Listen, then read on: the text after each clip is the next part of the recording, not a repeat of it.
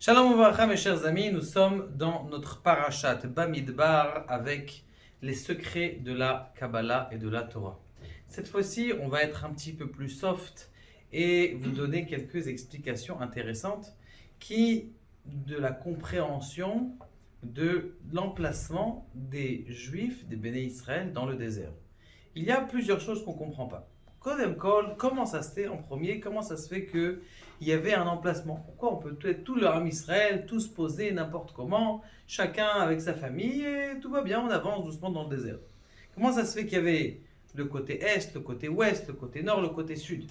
Ça, c'est la première question. La deuxième question, c'est que comment on appelle ça, chaque tribu avait son dégel, c'est-à-dire son drapeau. Ça sert à quoi un drapeau? À quoi ça sert ce drapeau? Ah, viens, on va mettre un drapeau. Voilà, Yehuda, c'est le lion. Le Dan, c'est le serpent. Un drapeau, ça sert à quoi de mettre ce drapeau? Il y avait marqué quoi en plus dans ces drapeaux?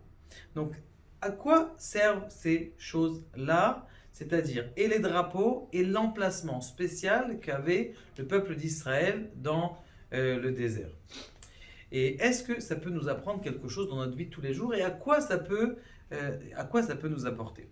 Il y a quelque chose de très intéressant. Les Béné Israël, lorsqu'ils ont vu l'ouverture de la mer Rouge, la don de la Torah, ils ont vu les anges qui étaient bizarrement placés d'un seder, d'un ordre spécifique. Ils ont dit, ah, vous avez un ordre spécifique, ça nous intéresse. Il a dit, et ils ont vu que les anges avaient eux aussi un drapeau. Un drapeau? Des anges, un drapeau, pourquoi faire? Il y a quelque chose de très intéressant dans le drapeau, et on va l'expliquer Be'ezrat Hashem à la fin de ça. Mais en tout cas, comment ça se fait que les Béné Israël ont décidé de se mettre un drapeau? Parce qu'ils ont vu 22 000 groupes d'anges, ils ont dit, nous aussi on veut être comme eux. Et ils avaient un drapeau, nous aussi on veut être comme eux. Pourquoi les anges ont un drapeau? Ça sert à quoi? D'abord, pour essayer de comprendre tout ça, il faut essayer de comprendre comment Béhémet est-ce qu'il marchait. Le Rabbeinu Behaye, vous savez que le Rabbeinu Behaye c'est un Rishon, c'est-à-dire c'est de l'époque, il y a 800, 900 ans. Le Rabbeinu Behaye est celui qui a écrit le Chovot HaLevavot pour ceux qui ne savaient pas. Et lui, lorsqu'il explique la paracha, il explique la paracha de 4 niveaux. Le Pshat, le sens simple, le Remez, l'allusion, le Drash, l'explication, et le Sod, la profondeur de la Kabbalah. C'est très bizarre pour un Rishon, c'est-à-dire pour un de cette époque-là qui étudie la Kabbalah, qui explique la Kabbalah de façon explicite. Et là, il nous explique quelque chose qui est très intéressant, qu'il est marqué aussi dans le Midrash Plia. Il dit que sur le côté est, il y avait là-bas Yehuda. Yehuda avec deux autres tribus qui étaient Issachar et Zevulun. Maintenant, il y avait quoi dans Yehuda? Yehuda, il avait comme drapeau le lion. Et dans le ciel, qu'est-ce qu'il y avait? Il y avait quelque chose d'extraordinaire, c'était que l'ange de Yehuda, c'est le Malach Gavriel. Maintenant que vous le sachiez, le Malach Gavriel, c'est quelle force dans la nature? C'est la force du feu. Celui qui a la force du feu, c'est le Malach Gavriel. Milachon Gever, Gavriel, ça c'est la force du feu. Yehuda, on sait que c'est le roi, celui qui a les forces de feu, et c'est quelque chose d'extraordinaire. D'ailleurs, si vous voulez savoir quelles sont les 4 tribus qui étaient les chefs de chaque côté, nord, est, ouest, est, eh bien, ça fait le mot Adir. Adir, c'est Ephraim, Aleph. Dalet, c'est Dan. Yud, Yehuda, ce qu'on est en train de dire, et Resh, Reuven. Maintenant, il y a quelque chose d'intéressant. Comment ça se fait? Quel est le rapport entre Yehuda, le Arié, Gavriel et l'Est? L'Est, il faut savoir que c'est le début de la projection et de la force qu'il y a dans le monde. Ça veut dire, Akadosh Baruch Hu, pour pouvoir créer le monde, la première chose qu'il a fait, c'est ce qu'on appelle une pulsa denura. Pulsa denura, c'est-à-dire une propulsion de feu qui a fait en sorte qu'il y a eu le monde qui a tout été fait en une seconde, et puis après il s'est rétracté. Mais il y a eu cette pulsa denura, ce qu'on appelle la rigueur dans le monde, c'est la Gvura, Gavriel, c'est Mizrach, là où se lève le soleil. Cette force de l'étincelance, je ne sais pas si ça se dit, de la lumière du jour, Ça, c'est la force de Gabriel. Il y a quelque chose donc d'autre chose, ça veut dire que on apprend ici la réalité qui est en train de sortir du néant jusque à quelque chose qui est l'ex nihilo, ce qu'on appelle, de quelque chose qui est rien à quelque chose qui est. Ça, c'est le Mizrach, le début. Yehuda, le roi, c'est tout ce inyan-là de Yehuda. Le deuxième groupe qui était alors je descends au sud, est, sud, eh bien c'est Réhouven. Maintenant, il faut savoir que chacun, il avait vous savez, sous le trône céleste, il y a 4 animaux, 4 visages. Le premier visage, donc, c'était le Arié, comme on a dit tout à l'heure, le lion, cette force de lion, celui qui saute en un coup et il peut se propulser en un coup. Et la deuxième force, c'est quoi? C'est Adam, un homme. Qu'est-ce qu'il a là, Adam? C'est vrai qu'il n'a pas une force de propulsion comme un animal, mais il a cette force-là d'être posé. Et c'est quoi la force d'être posé? C'est cette force de l'homme de savoir garder les choses.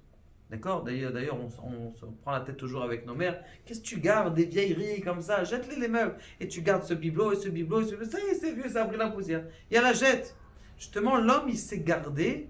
Il s'attache à des choses. Donc, la force de perpétuité, ça veut dire, c'est beau d'être comme un Arié, de commencer des choses. Mais il faut aussi apprendre à avoir une perpétuité et ce inyan, ce qu'on appelle de la teshuva. La teshuva, ça veut dire c'est le chesed qu'Akadosh Baruch Hu il nous fait, que même si quelqu'un il a fait une erreur, il peut revenir et il peut se repentir. Ça, c'est la force de Adam. C'est la force de qui Adam? De quel ange qu'il y a dans le ciel? C'est l'ange Michaël.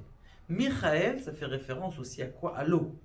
Pourquoi? Parce que l'eau, c'est celui qui se mêle à tous les éléments et qui commence à fabriquer. Vous prenez de la terre, vous faisiez de l'eau. Vous voulez faire une bonne mlouchia, vous prenez de l'eau, vous mettez du feu en dessous et vous pouvez commencer. La construction, elle vient uniquement par l'eau. Vous allez voir vous allez voir un enfant, il y a besoin d'avoir de l'eau, il y a besoin d'avoir de... Ça, c'est la Michaël, c'est cet ange-là. J'ai oublié de vous dire quelque chose de très intéressant, c'est qu'il dit à la fin de ses propos, le Rabbeinu Bechaye, lorsqu'il est en train de nous expliquer, il dit Ve'aven etev ma sheizkarti, rappelle-toi de ce que je suis en train de te dévoiler. Et tu vas comprendre toute la Torah. Et sache comment est-ce que était l'emplacement des tribus. Et ve'az itgale lecha ta'alumot. Et là, te sera dévoilé la sagesse des sagesses. Ça veut dire que quand quelqu'un il veut dévoiler une sagesse, il est obligé de connaître comment est-ce que le Ham Israël il est positionné dans le désert. A priori, quel rapport le positionnement des Bnei Israël dans le désert avec Eh bien, la réponse, elle est première chose, Yehuda, on a appris le Hari. La deuxième chose, c'est Adam, Réhouven. La troisième groupe, c'est le taureau et Ephraim. Ephraim, ça vient du mot Epher. Epher, c'est la poussière. La poussière, c'est l'élément de la terre. Et même dans l'ange de Ephraim, c'est comment est-ce qu'il s'appelle? Il s'appelle Raphaël. Dans le mot Raphaël, il y a aussi le mot Epher. Il y a aussi le mot poussière. Pour te dire que lui, Epher, le début de la maladie, c'est quoi? C'est la déprime. Qu'est-ce qu'il vient faire Raphaël? Il te délie toute cette déprime-là et il transforme le mot de Epher, c'est-à-dire de pénombre et d'obscurité, déprime, en PR, c'est-à-dire en splendeur ou en Raphaël ou en guérison. Maintenant, ce qui se passe, lui, il fait référence à quoi? Il fait référence au taureau. Et le taureau, c'est quoi? C'est quoi le taureau? Le taureau, c'est celui qui est par terre. Mais il a quelque chose de spécial, le taureau, par rapport au lion. Le lion, il peut courir après une gazelle. Combien de temps? Combien de temps il peut courir?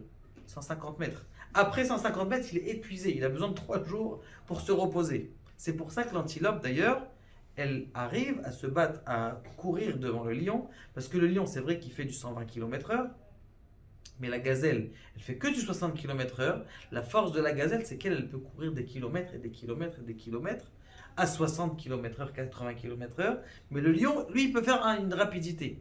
La force du short, c'est exactement, c'est d'avoir une force puissance mais d'être d'une façon rectiligne et donner une puissance extraordinaire et de faire des sillons, des allers et retours dans la terre, des allers et retours dans la terre. Ça, c'est la force du Shor. Il faut savoir que dans le monde, il y a plusieurs personnes qui sont différentes. Par exemple, il y a ceux qui sont toujours dans la pensée, la philosophie. Il y en a qui sont dans la volonté. Ah oui, moi j'aimerais un jour devenir tzaddik, mais ils font rien du tout. Il y en a le contraire qui sont dans l'acte, tout le temps dans l'acte. Ils font. Attends, réfléchis 2 minutes. Pourquoi tu as commencé à mettre le clou? Comme ils disent nos parents. Vaut mieux mesurer 7 fois que de couper une fois, et de couper une fois que de mesurer une fois et de couper 7 fois. D'abord réfléchis.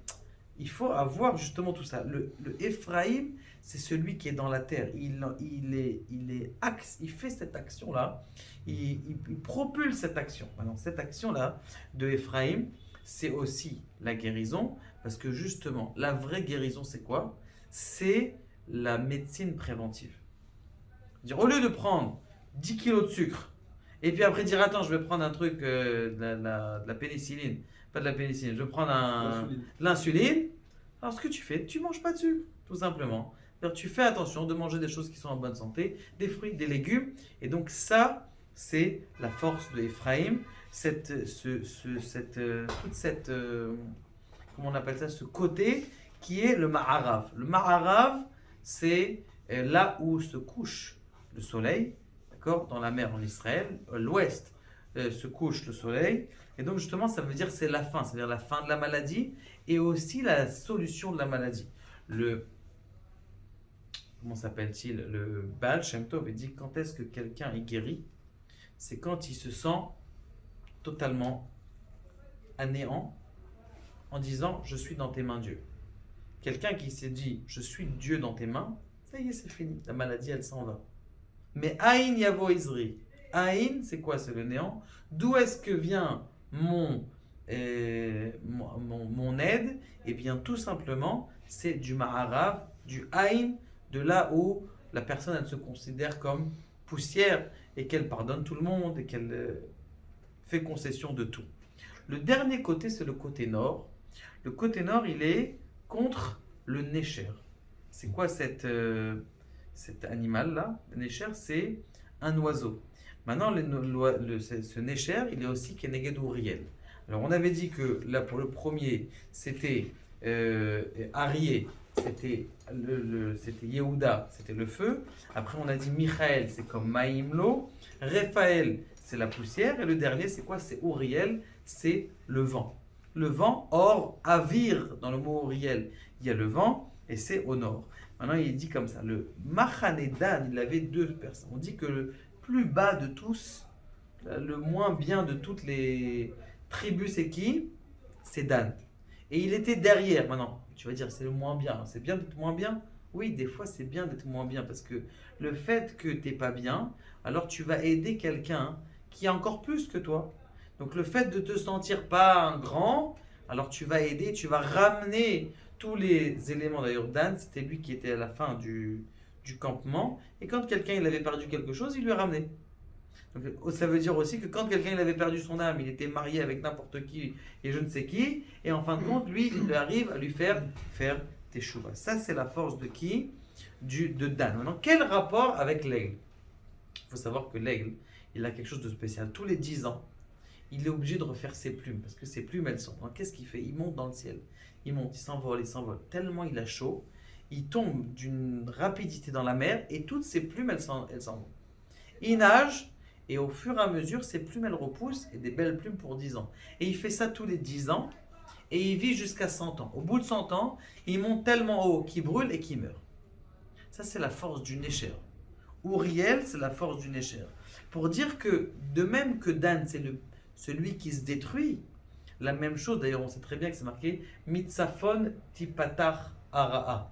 Du nord, c'est là-bas que va commencer le mal. Le mal, en général, il commence du nord. Pourquoi c'est comme ça? Parce que Tsafon, le mot Tsafon, il fait référence au mot caché. Qui est-ce qui est caché à l'intérieur du cœur et qui vient te sauter dessus quand tu es fatigué? C'est le Yetzer Hara. Tsafon, c'est le nord. mais c'est aussi Tsafoun, celui qui est caché. En général, quand un brigand il vient attaquer, il se met pas devant toi, je suis brigand, j'arrive à faire un hold-up. Non, il se met sur le côté, il rentre tranquillement avec son pistolet et il dit levé, hold-up. C'est un hold-up. Donc là, ça c'est la force de Uriel, c'est la force du Tsafon, du nord, et on a compris maintenant pourquoi c'est la force de l'Eil. Au milieu, il y avait le Machane Levia. C'est quoi le Machane Levia? Il y avait la Shrina, eux aussi ils étaient séparés en quatre, mais je ne vais pas développer ça maintenant. Maintenant, il y avait marqué quoi dans le Dégel et ils servent à quoi ces Dégalim? Le mot Dégel, il veut donner deux choses. Dégel, ça fait référence aussi au mot, c'est les mêmes lettres que le mot Gadol. Gadol, c'est grand. Grand, la grandeur. Ça veut dire que quand tu regardes, regardez comment ça se fait que toutes les grandes marques, elles ont un sigle. Nike, Nike. Reebok, Reebok. Comment ça se fait que ça marche comme ça? On est obligé, pour quelqu'un d'être grand, d'avoir un sigle qui marche. Le fait d'avoir un sigle, ça a deux choses. Déjà, ça te démarque et ça te donne une marque. Quelqu'un, il aime bien mettre une marque. Pourquoi est-ce qu'il aime bien mettre une marque? Alors, la première raison, elle est parce que lorsque tu as une marque, tu t'associes à des gens. Tu as vu la grande star, elle met du Adidas ou elle met du, je sais pas moi, du Zara. Ah ouais, moi aussi, je ressemble à cette star qui met du Zara. Et c'est pour ça qu'on demande aux stars, s'il te plaît, mets du Givenchy, mets du Dolce Gabbana. Mais pourquoi? Parce que justement, tu vas créer une certaine connexion avec la personne qui est grande. Et c'est bidiouk ça le inyan du Dégel. Le inyan de Dégel, le drapeau, il a deux mots. Premier mot, c'est Gadol, c'est-à-dire qu'on va juger la personne en fonction de, comment on appelle ça, de ses aspirations. Gadol, il va devenir quelqu'un de grand. Et aussi Dégel, c'est quoi Dégel, c'est Daleg, c'est celui qui monte. C'est celui qui monte. C'est quoi celui qui monte? Celui qui saute. Il arrive à monter et à développer quelque chose d'extraordinaire. Ça, c'est Dégel. Donc de là, on apprend du Dégel. Comme une marque. De même qu'une marque, tu t'associes avec lui. Ah, toi aussi, tu as des Adidas. Toi aussi, tu as des Nike. Toi aussi, tu as... On est en train de créer une union. Donc, qu'est-ce qu'ils ont aimé, les Béné Israël? Ils ont aimé deux choses dans les Malachim. Ils ont vu qu'ils étaient tous unis. Mais ils ont vu aussi que chacun, il avait une spécificité. Parce que lorsque tu as une marque, tu dis, ah, moi, je me dénote. Je me démarque. Moi, je ne mets pas du Nike, je mets du Prada. Moi, je mets quelque chose qui est spécial.